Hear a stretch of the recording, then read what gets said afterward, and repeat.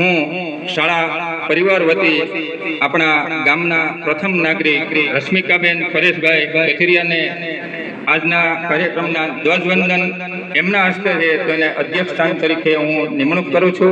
તો તમામ આપણે એમને તાલીઓથી વધાવીએ.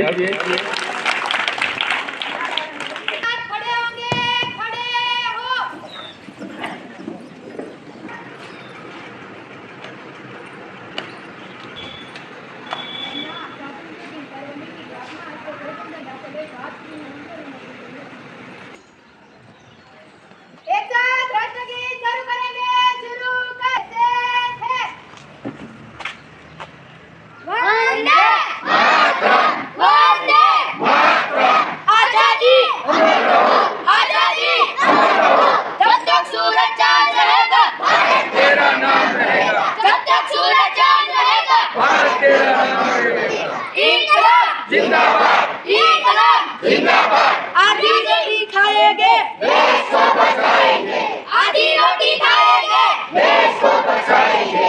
जय जवान जय किसान, जय जवान जय किसान। गली गली में नारा है हिंदुस्तान हमारा है, गली गली में नारा है हिंदुस्तान हमारा है। देश की रक्षा कौन करेगा? हम करेंगे हम करेंगे। देश की रक्षा कौन करेगा? हम करेंगे हम करेंगे। एक दो तीन चार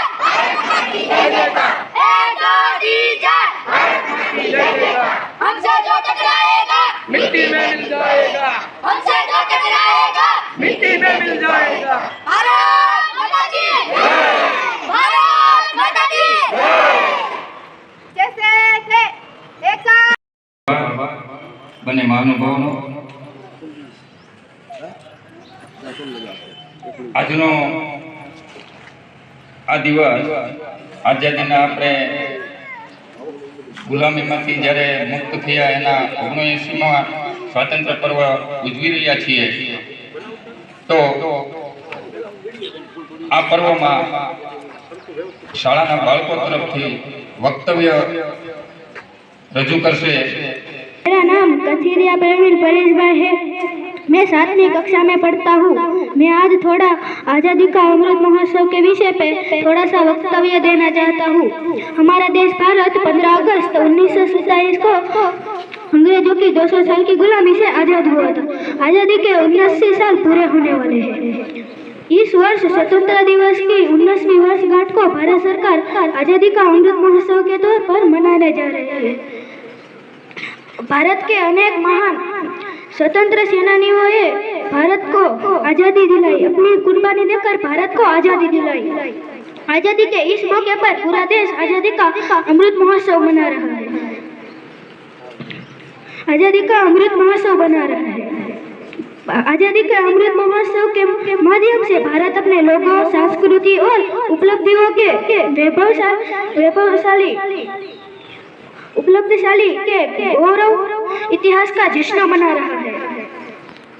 21 साल बाद साल 2027 में भारत के आज़ाद हुए 100 साल पूरे हो गए। आने वाले 21 साल तक भारत का अमृत काल होगा। भारत को गरीबी, भ्रष्टाचारी और भारत को गरीबी भ्रष्टाचारी से हमें बचाना है। जय हिंद, जय भारत।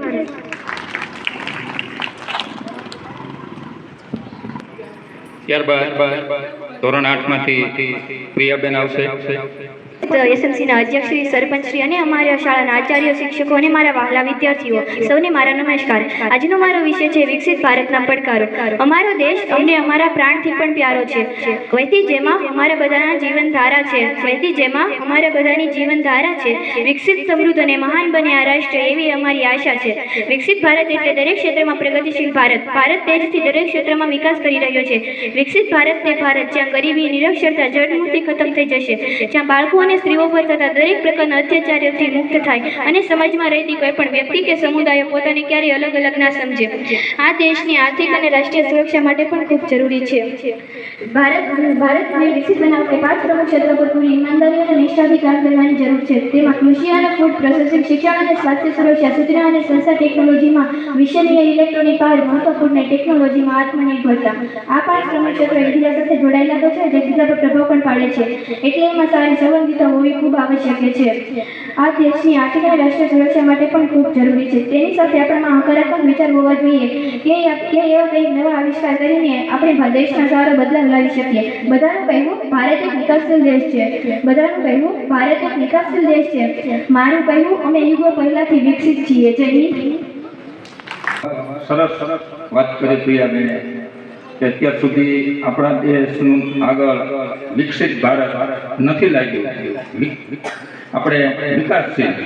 હવે આ અમૃતકાળ ચાલી રહ્યો છે, આઝાદીના 100 વર્ષ પૂર્ણ થશે ત્યાં સુધીમાં આપણો દેશ જે આપણા વડાપ્રધાનનું લક્ષ્ય છે કે ભાઈ વિકસિત ભારત, શ્રેષ્ઠ ભારત, વિકસિત ભારત, કે દુનિયામાં આખું જોવો તો તમામ દેશો આપણી સાથે આઝાદ થયા અને એ આપણાથી પણ આગળ નીકળી ગયા, જે વિકાસ કર્યો એમણે, તો આપણે ક્યાં પાછળ રહી ગયા? તો આપણા એક તો જ્યારે આઝાદી મળે ત્યારે આપણે જોઈએ તો ગરીબી હતી, તો એ ગરીબીમાંથી ઘણી બધી આપણે જોઈએ છીએ આપણા વડવાઓએ જે મહેનત કરી આપણે અત્યારે ક્યાં પહોંચ્યા છીએ, તો એ વિકાસ જ થયો છે. પણ હજી આ વિકસિત ભારતની થવામાં ઘણા અડચણો છે, એમાં ઘણા બધા આવે છે. ભ્રષ્ટાચાર મેઇન મુદ્દો આવે છે, શિક્ષણ આવે છે, જાતિવાદ આવે છે, ધર્મવાદ આવે છે, પ્રાંતવાદ આવે છે. એમાંથી જ્યારે આપણે મુક્ત થશું ને ત્યારે આપણે કહેવાય કે આપણે વિકસિત ભારત છીએ. અત્યારે જોઈએ છીએ આપણે ટીવીમાં અવારનવાર કે ઘણા બધા ધર્મવાદ ચાલતા હોય છે, જ્ઞાતિવાદ ચાલે, પ્રાંતવાદ ચાલે, ભાષાવાદ ચાલે, પણ એ બધામાં તો પણ આપણું એક શ્રેષ્ઠ ભારત છે. પણ એમાંથી આપણે જ્યારે બહાર નીકળીને જ્યારે ભારત વિકસિત બનશે એવી આપણને હજી એમાં 100 વર્ષમાં ઘણો સમય બાકી છે અને ત્યાં સુધીમાં આપણને આશા છે કે આપણો ભારત દેશ વિકસિત હશે અને મહાસત્તામાં હશે. કોઈ પણ આપણને દબાવી ન જઈ શકે, કારણ કે આપણો દેશ વિશાળ છે. ભલે આપણી ભાષા અલગ હોય, ધર્મ અલગ હોય, જ્ઞાતિ અલગ હોય, પણ જ્યારે દેશ ઉપર કંઈ પણ ખતરો આવ્યો છે આજે કેટલી પહેલા, ત્યારે ભારત દેશને તમામ નાગરિકો, તમામ રાજકીય પક્ષો, તમામ ધર્મના લોકો એક થઈને સરકારની સાથે અને દેશના જવાનો સાથે ખડે પગે ઊભા છીએ. આપણું ફરજ એટલું જ બને, આપણે લડવા નથી જઈ શકતા, પણ આપણે એની ટીકા ન કરીએ. જ્યારે એ લડાતું હોય ત્યારે એના શહીદ થાય જે કોઈ જવાનો, તો એના પરિવારનું શું, એના બાળકોનું શું, એ વિચારવાનો સમય સરકાર તો વિચારતી જ હોય છે, પણ આપણે પણ વિચારવાનું. અને એવી ઘણી બધી મહાનુભાવો છે આપણા દેશની અંદર, એવી સંસ્થાઓ છે કે જેમના બાળકોને દત્તક લઈને એનો આજીવન ખર્ચ ઉઠાવે છે. તો આ આપણે એક સફળતા કહેવાય કે પહેલા એવું નહોતું, પણ હવે અત્યારે આ ટેકનોલોજીના યુગની અંદર તરત આપણે જોઈ શકીએ છીએ. તમે 71નું યુદ્ધ જોયું હોય છે, 65નું યુદ્ધ જોયું હોય છે, 62નું યુદ્ધ જોયું હોય છે, તો ત્યારે આપણે કંઈ મોબાઈલ નહોતા, આપણે કંઈ ખબર જ ન પડતી. ટીવીમાં કે રેડિયોમાં આવતું, અને એ રેડિયો બધાને કરેલો, જે પૈસાદાર વ્યક્તિ હોય ને એની ઘરે જ રેડિયો હોય. આવી હાલત હતી. અત્યારે જો તો દરેકની પાસે પોતે મોબાઈલ છે. રેડિયોની કિંમત ત્યારે એટલી બધી નહોતી, અત્યારે મોબાઈલની કિંમત વધુ છે. તો એ આપણો વિકાસ છે. વિકાસ એટલે આપણો પોતાનો, આપણા પરિવારનો, ધીમે ધીમે પરિવારનો વિકાસ થશે એટલે તરત ઓટોમેટિક કુટુંબનો વિકાસ થાય, ગામનો વિકાસ થાય, ગામનો થાય તાલુકાનો, એમ ધીમે ધીમે આખો દેશનો વિકાસ થતો હોય છે. ડાયરેક્ટ દેશનો વિકાસ ન થઈ શકે. એક વ્યક્તિનો વિકાસ થાય ને, બધા તમામ વ્યક્તિઓ ત્યારે જ પહોંચી શકીએ છીએ. તો આ તકે તમામ બે બાળકોનો ખૂબ ખૂબ આભાર. 15મી ઓગસ્ટના આજે સ્વતંત્ર દિવસની ઉજવણી નિમિત્તે આપણે જ્યારે સૌ ભેગા થયા છીએ ત્યારે આપણે એમ માને ને કે ભાઈ વિકાસની વાત તો આગી રહી, પણ એક સ્વચ્છતાના નામે આપણે ઘરેથી ચાલુ કરીએ કે ઘરેથી જેટલી સ્વચ્છતા રાખતા હોય એટલું આપણા આંગણે અને આપણું ગામ, આપણું ઘર છે એવું સમજી અને સ્વચ્છતાના ભાગમાં થોડોક સાથ સહકાર આપો એવી મારી નમ્ર વિનંતી છે. અને આજે 3 કે 3.5 વર્ષથી અમે જે ગામમાં અમારી યુવા ટીમ, ગ્રામ પંચાયતના સદસ્યો અને સભ્યો આ તમામ ગામ માટે જે કાર્ય કરે છે એ એક નિસ્વાર્થ ભાવે ગામના વિકાસ માટે જ કામ કરવા માટે એક અગ્રેસરતા છે. તો આમાં આપનો પણ થોડો ઘણો સાથ સહકાર મળે તો આપણે આને વધારે વિકસિત કરી શકીએ અને વધારે સાનુકૂળતા લાવી શકીએ. બસ આટલી જ મારે આજના દિવસે વાત કરવી છે. અસ્તુ ભારત માતા કી જય. સ્વચ્છતા, ગાંધીજી પણ સ્વચ્છતાના આગ્રહી હતા અને 2 ઓક્ટોબર ગાંધી જયંતિ દિવસે ત્યારે આપણે પણ સ્વચ્છતા દિવસ તરીકે ઉજવીએ છીએ. અને જ્યારે ગાંધીજીનો જન્મદિવસ છે ત્યારે પણ મારો પણ જોડે અને મારે છે ને સ્કૂલમાં રજા જ હોય, મારે રજા જ હોય. બાળકો છે ને સાહેબ બર્થડે ઉજવવો છે નહીં, આપણે હવે ઘરે આવજો મારી, કારણ કે સ્કૂલમાં રજા હોય હંમેશા. સ્વચ્છતાની વાત કરી તો શાળામાં વાત કરું તો આથી પહેલા કોન્સેપ્ટ હતો જ્યારે આપણે આઝાદી મળી ત્યારે અમારે કાલે હજી વાત કરતા હતા અમે પરેશભાઈ કે બુનિયાદી શાળાઓ ચાલુ હતી. બુનિયાદી શાળાઓ, લોક શાળાઓ, કોઈને ખ્યાલ છે એમાં? કોઈ ગાંધી વિચારધારા સાથે એ સંસ્થાઓ ચાલુ કરી. એની અંદર બાળક એડમિશન લે એટલે જાતે કપડાં ધોવાના, કચરા પોતા કરવાના, રસોઈ બનાવતા શીખવાનું, ખેતીનો પ્લોટ આપ્યો હોય અને એ ખેતી કરવાની, એમાંથી જે પકવે એ જ એમને ખાવાનું, શાકભાજી બધું, ગૌશાળા પણ અંદર ચોખ્ખું જ ખાવાનું. એ લોકભારતી હતી. તો એનો હેતુ એ હતો શિક્ષણ એ સમયે કે ત્યારે આપણે ખેતી પ્રધાન દેશ કહેવાતો. 75% 100માંથી 75 જણા ખેતી સાથે સંકળાયેલા હતા એ જમાનામાં. અત્યારે ઓછા થઈ ગયા કહેવાય તો ખેતી પ્રધાન દેશ. પણ ત્યારે એવું વિચાર્યું કે ભાઈ તમામને નોકરી મળવાની નથી, તમામ ધંધો પણ કરી શકવાના નથી. જેનો એ ધંધો કરવા માટે કંઈક મૂડી જોઈએ ને, તો એમાં જે ભણે અને આગળ નીકળે તો એક સારો ખેડૂત તો બની શકે, કારણ કે એને ખેતી ત્યાં શીખવામાં આવ્યું હોય. 3 વર્ષ ભણ્યો હોય ને એટલે એને ખેતી કરતા આવડ્યું. અને ક્યારેક ક્યાંક તકલીફ થાય, રિહામણે વહી ગયા હોય, ઘરના વાંધો ન આવે, કોઈના ઉપર ભરોસો ન રહે, પોતે પોતાનું કાર્ય કરી શકે. પેલા એટલું બધું રિહામણ નહોતું, અત્યારે વધી ગયું છે ને એ, કારણ કે વિકાસ એમાંય થયો. તુલસીભાઈ, ત્યારે આપણા વડીલો બધું જો અત્યારે ભણે છે, ગણતર નથી. અત્યારના બાળકો ટેલેન્ટેડ છે, થાય છે, પણ ગણતર જતું રહ્યું. આપણે કહે ને કે ભણ્યો ખરો, ગણ્યો નહીં. અને આપણા વડવાઓ છે ને ભણ્યા નહોતા પણ ગણ્યા હતા, એટલે એની પાસે કોઠાસૂઝ હતી. અત્યારે ધીમે ધીમે જુઓ તો કોઠાસૂઝ નામશેષ થવા મળી. ત્યારે 2 પરિવારમાં કે પતિ પત્નીને કંઈક તકલીફ હોય, કંઈક વાંધો હોય, મન દુઃખ થતું હોય, પરિવાર હોય ને વાસણ ખખડે થોડા ઘણા, પણ એ વડીલો કોઠાસૂઝથી બધું પાર પાડી દેતા અને માનતા દે. અને અત્યારે એવું કાંઈ નથી, જા ભાઈ કેસ કરી નાખે, એટલે ઓલો વકીલ ને પોલીસ વાળા 2 કમાઈને એનો ધંધો હાલે ને કે હાલે રાખે છે. એ કે કાં પછી ચુકાદો આવે 5 વર્ષે, ત્યાં પાછા 2 ભેગા થઈ ગયા હોય. એટલે જજ કે હવે શું છે કે હવે કાંઈ વાંધો નથી, જોડે રહીએ કે તો હું કામ આવ્યા અહીંયા. એટલે વસ્તુ આ છે કે ભણતરની સાથે ગણતર પણ જરૂરી છે. પણ આપણા જે વડવાઓ ભણ્યા નહોતા પણ એને સારું એના વડીલોએ, આપણા દાદાઓએ એમને સંસ્કાર એવા રીતના આપ્યા હતા કે એ સારું ભણતરની સાથે ગણતર કરી શક્યા હતા. એટલે કે આપણે એ પણ જરૂરી છે બાળકોને. જો આમાં અત્યારે હરીફાઈનો યુગ છે, શિક્ષણમાં જઈએ અમે શિક્ષણ સાથે સંકળાયેલા છીએ. હું પ્રાઇવેટમાં નોકરી કરીને આવ્યો છું 3.5 વર્ષ. ત્યાં શું ચાલે અમને ખબર. અમારી સરકારી શાળામાં થોડીક હોય કે ભાઈ લેસન, હવે બાળકની 5 આંગળી આપણી સરખી નથી, એમ બાળકની કેપેસિટી સરખી નથી હોતી. એક અમારા વાલી આવ્યા, અહીંયા નહીં નિમિત્તે આપવામાં આવે છે, તો એમનો પણ ખૂબ ખૂબ આભાર.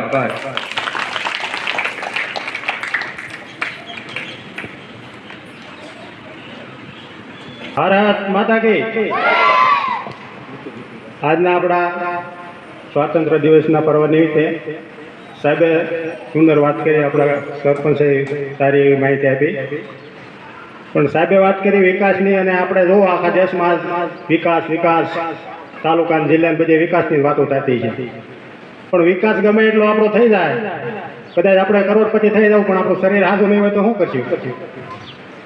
તમે વિચાર કરો, મોટા મોટા અબજોપતિ કરોડપતિ છે, એમાં તો 10 ડૉક્ટરો ઊભા હોય, છતાં એ એટેક આવ્યો હોય કે બીપી વધઘટ થતી હોય કાંઈ કરી શકે. પછી આપણે બહેનોની વાત કરી સાહેબ કે ભાઈ બહેનો આપણે સરકારે પ્રાથમિકતા આપે બહેનોને, તો બહેનોને થોડું ખાસ સમજવાનું છે કે ભાઈ પહેલાં આપણી બહેનો ખેતરે જતી તો આપણે મગ વાવે, અડદ વાવે, બધું આપણું ઘરનું કરિયાણું છે ને એ આપણા રસોડામાં જે કાંઈ મસાલા જોઈને આપણા ખેતરમાં જ ખાતા. તો હવે શું છે, આપણે ભાગ્ય આધારિત ખેતી થઈ ગઈ એટલે બહેનોને જવાનું બંધ થઈ ગયું, એટલે ગોઠણે દુખવા માંડ્યા અને આપણે બધું બહારથી લાવવું પડે. તો ખાસ બહેનોને મારે થોડીક અપીલ છે કે ખેતરે જાઓ 1 કલાક અને આપણે આપણા રસોડામાં જે કાંઈ મસાલા જોઈએ એ આપણા ખેતરમાં તમે દવા ખાતર વગેરે 1 વીઘો અલગ જમીન કાઢી અને એમાં ઉત્પન્ન કરો તમે. આપણે ખેડૂતને છે ને મીઠા સિવાય કંઈ લેવું જ ન પડે.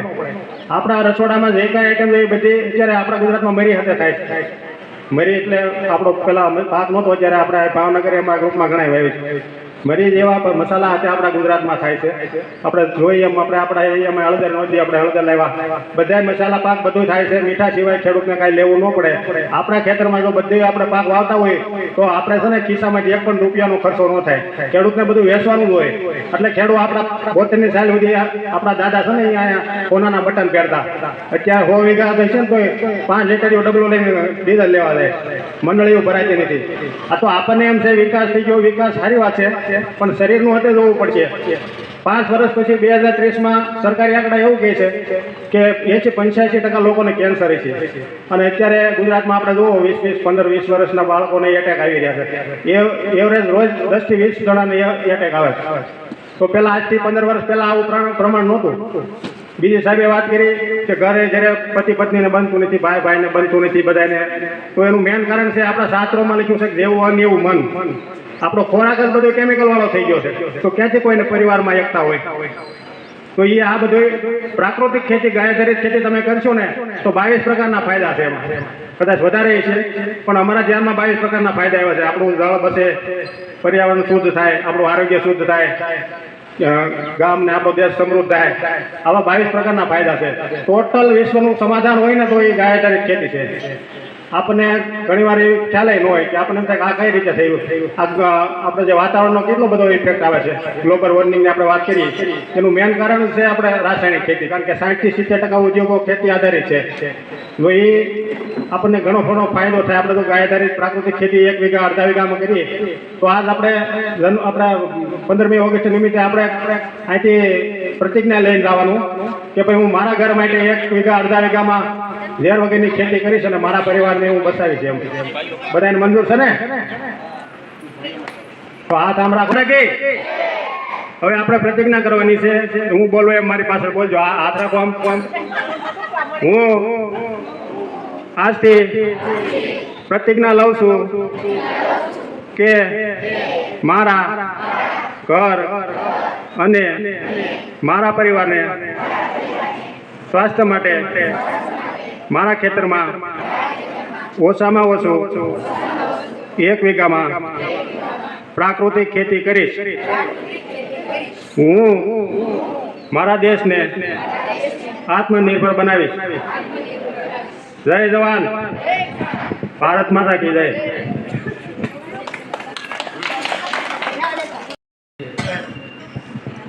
આજના કાર્યક્રમના અધ્યક્ષ રશ્મિકાબેન પરેશભાઈ કથિરિયા, એસએમસી અધ્યક્ષ પરેશભાઈ કથિરિયા, ગામના આગેવાનશ્રીઓ, માતૃભૂમિ સેવા ચેરિટેબલ ટ્રસ્ટના પ્રમુખશ્રી, ઉપપ્રમુખશ્રી, તેમના સભ્યશ્રીઓ, તમામ સમાજના આગેવાનશ્રીઓ, આંગણવાડી વર્કર બહેનો, ભાઈઓ, અમારે પોસ્ટ ઓફિસમાંથી પધારેલ ભોલુભાઈ, આપણી ગામની જે કંઈ સહકારી સંસ્થાઓ કે સરકારી કચેરીઓના તમામ મહાનુભાવો, યુવાનો, ભાઈઓ તથા બહેનો ને વાલા બાળકો અને સમગ્ર સ્ટાફ પરિવારનો આ તકે હું ખૂબ આભાર વ્યક્ત કરું છું. જય હિન્દ, જય ભારત.